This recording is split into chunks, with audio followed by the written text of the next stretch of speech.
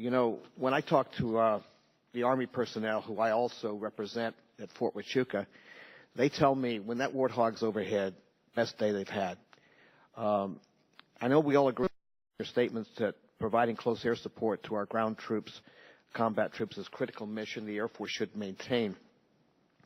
And I've also heard the argument that the Air Force has made that the advancement of guided weapon systems allows for many more types of aircraft to provide effective close air support.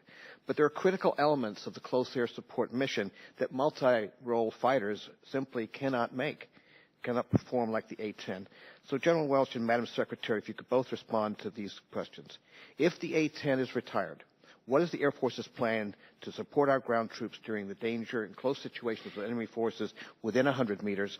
And what plan is are the U.S. troops going to have when engaging the enemy on the fluid battlefield with moving targets below 1,500 feet and weather ceilings? This is what the A-10 does best. Could you respond, please, to both questions? So again, I'll start, Mr. Barber, and thank you for your comments about me trying to be on top of things early on. And I also tried to do quite a bit of my own due diligence on the matter of the A-10, because I too had heard it's a specialty capability and so forth, and it does some of these missions in a unique way.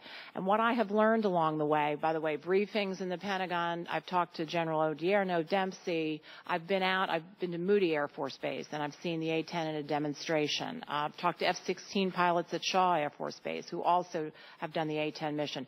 What I have learned over time is, although it's a great aircraft and it does do close air support superbly, these other aircraft can do it as well. And 80% of what we've done in close air support in Afghanistan has been by aircraft other than A-10. So, for example, the F-16s at Shaw, I talked to some of those pilots, they had been doing close air support as well.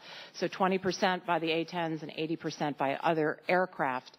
So again, the mission would be covered. You say, well, if you do away, how would you do these missions? It would be covered by other aircraft that might require other training for some other pilots, of course, to be able to get good at those particular areas. But we feel that it could be covered.